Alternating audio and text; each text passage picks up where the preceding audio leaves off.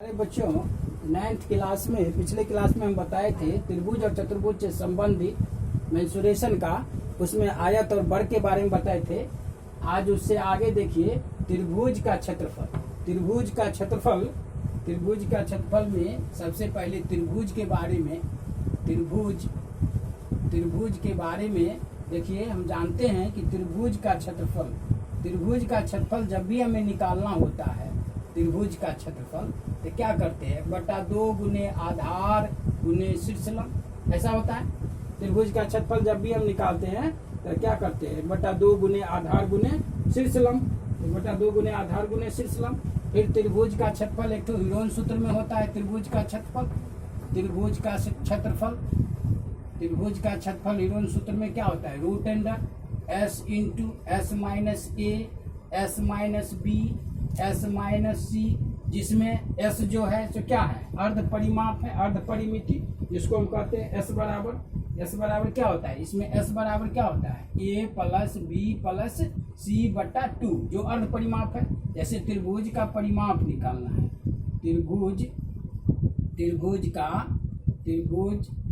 का परिमाप निकालना है, त्रिभुज की परिमाप या परिमिति निकालते हैं।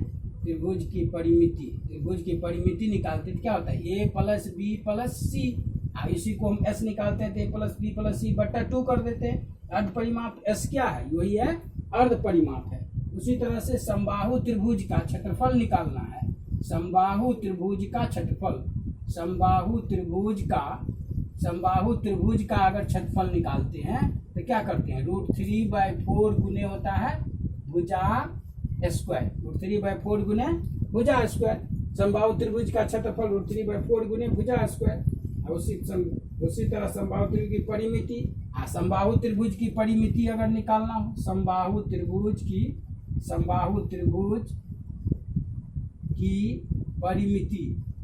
परिमिति निकालेंगे तो समबाहु त्रिभुज में चूंकि सभी भुजा बराबर है, इसीलिए सभी भुजा के जो को परिमिति कहते हैं, इसीलिए क्या हो जाएगा, a प्लस क्या हो जाएगा, a यानी क्या हो जाएगा, 3a हो जाएगा।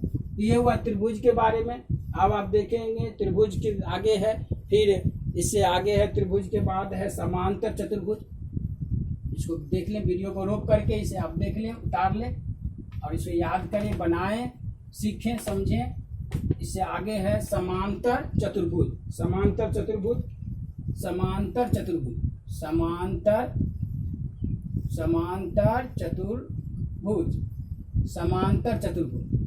चतुर्भुज के बारे में भी आप जानते हैं। समांतर चतुर्भुज का क्या होता है, समांतर चतुर्भुज इस तरह से होता है। समांतर चतुर्भुज, ये समांतर चतुर्भुज है। समांतर चतुर्भुज जिसके आमने सामने की भुजाएं क्या होती है, समांतर होती है। समांतर चतुर्भुज इस तरह से देंगे, ये समांतर चतुर्भुज हो गया, ये समांतर चतुर्भुज है। तो समांतर चतुर्भुज का क्या होगा, क्षेत्रफल।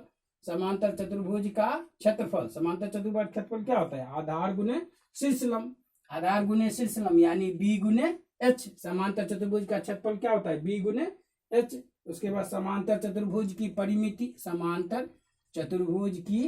परिमिति, अगर परिमिति निकालना हो तो क्या करेंगे, समांतर चतुर्भुज की चूंकि लंबाई, ये लंबाई चौड़ाई दोनों क्या है, बराबर है, इसीलिए क्या लिखते हैं, 2 इंटू आसन भुजाओं का योग, 2 इंटू आसन भुजाओं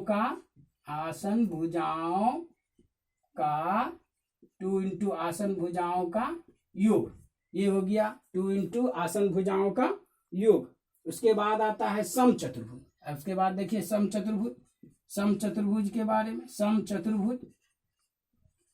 समचतुर्भुज जिसकी सभी भुजाएं क्या हो, बराबर लंबाई की हो, जिसकी सभी भुजाएं बराबर लंबाई की हो, ये भुजा सब भुजा इसमें बराबर लंबाई की होता है, उसे हम समचतुर्भुज कहते हैं। और समचतुर्भुज का क्षेत्रफल निकालना होगा तो समचतुर्भुज का क्षेत्रफल इस तरह से निकालेंगे। समचतुर्भुज का क्षेत्रफल, ये देखिए समचतुर्भुज का क्षेत्रफल, समचतुर्भुज का भी क्षेत्रफल आधार गुने इसी तरह से होता है, आधार गुने ऊंचाई, जैसे उसमें था उसी तरह समांतर चतुर्भुज में उसी तरह आधार गुने होता है ऊंचाई। समचतुर्भुज 1/2 गुने दूसरा भी होता है, समचतुर्भुज का होता है। समचतुर्भुज का क्षेत्रफल, समचतुर्भुज का क्षेत्रफल, एक दूसरा होता है विकर्ण वाला 1/2 गुने विकर्णों का गुणनफल, 1/2 गुने विकर्णों का गुणनफल। विकर्ण अगर दिया हो तो क्या लिखेंगे, विकर्णों का गुणनफल, विकर्णों का गुणनफल। अगर दोनों ये विकर्ण दिया रहे तो विकर्णों का गुणनफल, ये तो हो गया। उसके बाद निकालना है अगर परिमिति हो, समचतुर्भुज की परिमिति निकालना हो, परिमिति समचतुर्भुज की परिमिति, तो समचतुर्भुज की परिमिति निकालने के लिए भी हम क्या करेंगे, चूंकि सब भुजा बराबर है तो सब भुजा का योग को परिमिति कहते हैं, तो क्या होगा 4 गुने हो जाएगा आपको भुजा। इस तरह से समचतुर्भुज के बारे में हो गया। उसके बाद नेक्स्ट है समलंब चतुर्भुज। समलंब चतुर्भुज देखिए, समलंब चतुर्भुज, समलंब चतुर्भुज क्या होती है, समलंब चतुर्भुज है जिसकी एक समांतर भुजाएं समान नहीं होती, समांतर नहीं होती। जैसे ये इसके समांतर है लेकिन ये दोनों भुजाएं इसके समांतर नहीं है, तो इसको हम समलंब चतुर्भुज कहते हैं। तो यह यदि हमको समलंब चतुर्भुज का क्षेत्रफल निकालना हो, समलंब चतुर्भुज का क्षेत्रफल, समलंब चतुर्भुज का क्षेत्रफल निकालना हो तो क्या करते हैं, 1/2 गुने समांतर भुजाओं का योग, समांतर भुजाओं का योग गुने होता है शीर्ष लंब, समांतर भुजाओं का योग गुने होता है शीर्ष लंब। 1/2 गुने समांतर भुजाओं का योग गुने शीर्ष लंब, 1/2 गुने समांतर भुजाओं का योग गुने होता है शीर्ष लंब, यानी 1/2 गुने a + b अगर समांतर भुजा है गुने हो गया शीर्ष लंब h हो गया। तो ये हो गया 1/2 गुने समांतर भुजाओं का योग गुने हो गया शीर्ष लंब। इतना सूत्र को याद रखना है आपको। इसके बाद आपको अगले चैप्टर इसमें है जो हम शुरू कर रहे हैं, इससे अगला चैप्टर इसको आप देखेंगे, सिर्फ अगला चैप्टर के लिए है। इसमें आपको चैप्टर है, अध्याय शुरू है, भारतीय भवन का बुक है। इसमें भारतीय भवन के बुक में प्रश्नावली 13 है, इसको मिटा देते हैं, आप लिख लिए हुएगा। प्रश्नावली 13 है, इसमें देखिए सबसे पहला सवाल क्या है,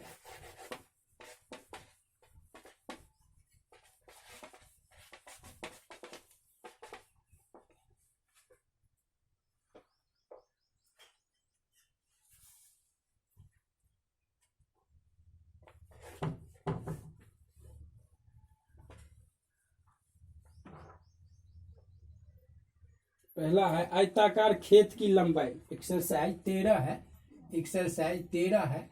आयताकार एक खेत है, देखिए ये आयताकार खेत हो गया। आयताकार खेत की जो लंबाई है वो है 15 मीटर और चौड़ाई कितना है, चौड़ाई नहीं दिया हुआ है, चौड़ाई आपको निकालना है। और उसके बाद है इसका विकर्ण दिया हुआ है, विकर्ण है कितना है 25 मीटर, तो आपको निकालना है, विकर्ण दिया हुआ है। आयताकार खेत है तो पहला सवाल है, तो आयताकार खेत का, आयताकार इस तरह से बनाना है, आयताकार खेत का विकर्ण बराबर कितना है 25। तो आयताकार खेत का आप विकर्ण मालूम है क्या होता है, √L² जोड़ B² बराबर क्या हो जाएगा 25। तो स्क्वायर हटाएंगे तो क्या होगा, L² जोड़ B² बराबर हो जाएगा 25 का स्क्वायर बराबर 25, 25 कितना हो जाएगा 625। अब इसमें देखिए L आपको दिया है 15 का स्क्वायर प्लस B² बराबर 625, तो B² बराबर 625। आई 15 को स्क्वायर को घटाएंगे, 15 कितना होता है 225। अब इसमें से घटा दीजिए, 0 में से 0 गया, 2 में से 2 गया 0 हो गया, 6 में से 2 गया 4 हो गया। तो B बराबर क्या होगा √400 बराबर कितना होगा 20 मीटर। यही तो इसकी चौड़ाई हुआ, आयताकार खेत की चौड़ाई हो गया कितना, चौड़ाई हो गया 20 मीटर। आंसर बन गया। इस तरह से आप पहला बनाएंगे, इस तरह से ये चैप्टर को बनाएंगे। आगे भी आपको इसी तरह से दूसरा नंबर भी सवाल है, इसी तरह से बनेगा। इसको आप लिख लें वीडियो को रोक करके, फिर दूसरा नंबर सवाल देखेंगे जी का।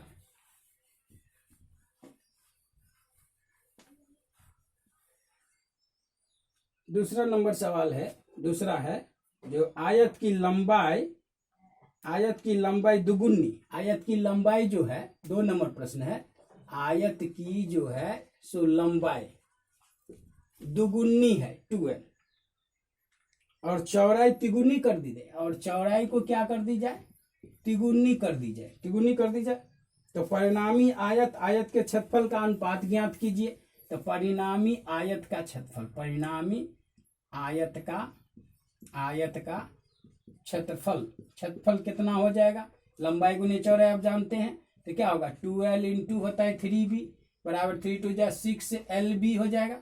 अब पहले आयत का क्षेत्रफल आपको मालूम है लंबाई गुने होता है चौड़ाई, तो आयत का क्षेत्रफल हो गया l गुने b हो गया।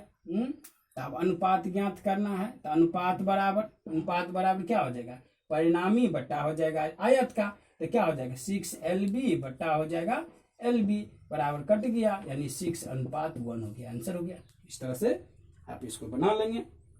दूसरा नंबर हो गया।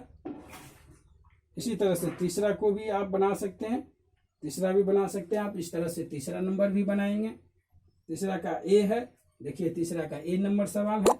इसमें वर्ग का एक विकर्ण और परिमिति का अनुपात निकालना है। वर्ग का एक विकर्ण और परिमिति का अनुपात निकालना। अनुपात बराबर वर्ग का विकर्ण, वर्ग का क्या कहता है विकर्ण, वर्ग का विकर्ण